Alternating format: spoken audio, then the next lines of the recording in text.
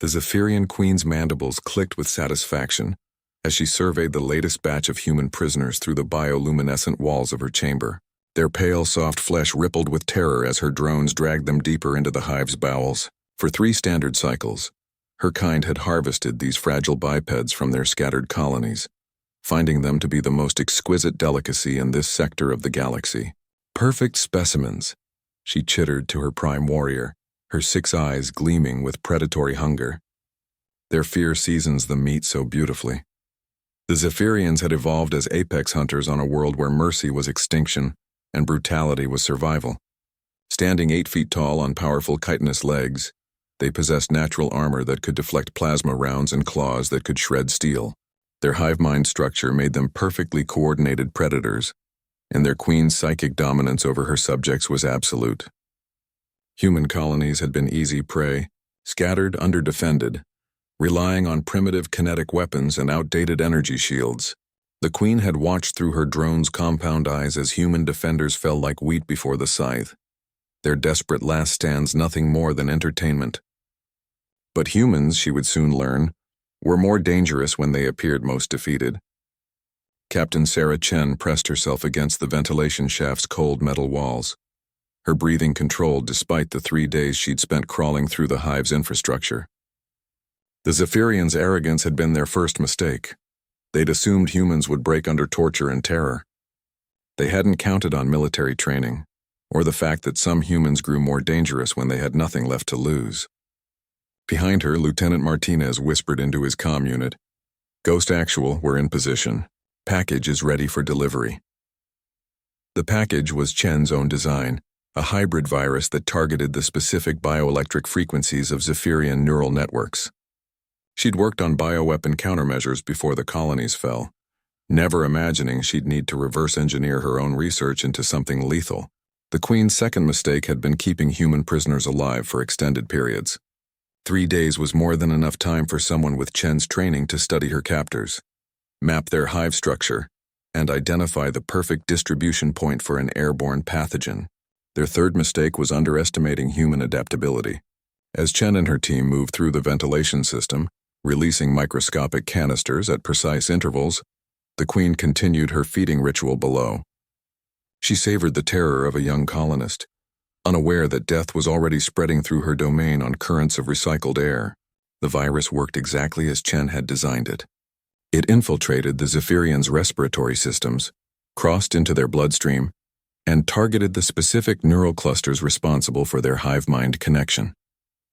The beauty of it was its silence.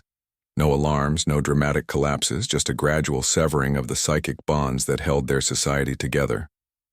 The first to die were the drones. Without the Queen's constant mental guidance, they simply stopped. Their complex coordination dissolved into confusion, then paralysis, then death. Worker drones collapsed mid-task. Warriors dropped where they stood, their weapons clattering to the organic floors. The Queen felt it as a growing void in her consciousness.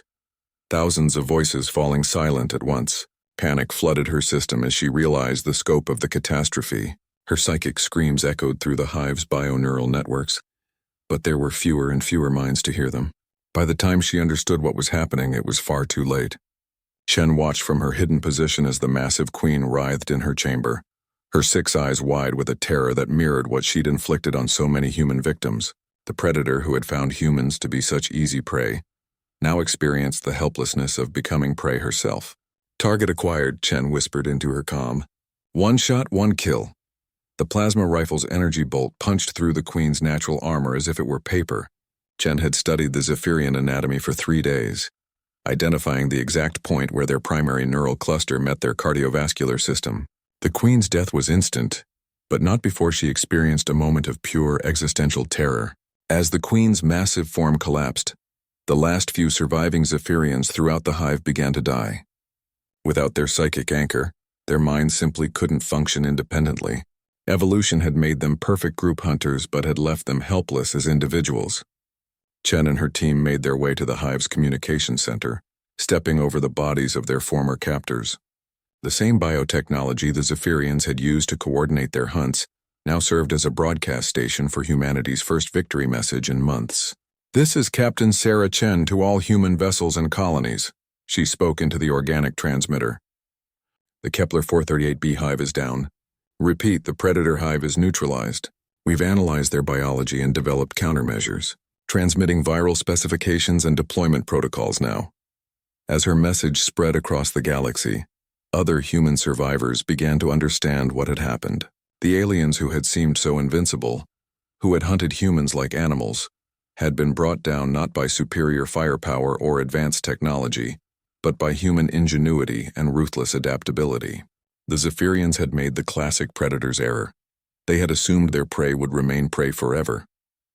They hadn't realized that humans were persistence hunters by evolution, capable of turning any disadvantage into an advantage, any defeat into data for the next encounter. In the silence that followed, as Chen and her team prepared to leave the tomb that had once been a thriving hive, she reflected on the irony. The Predator Queen had hunted humans because she thought them weak and easy. She never realized that the most dangerous human was the one with nothing left to lose and everything to learn. The hive fell in silence, but across the galaxy, humanity roared back to life.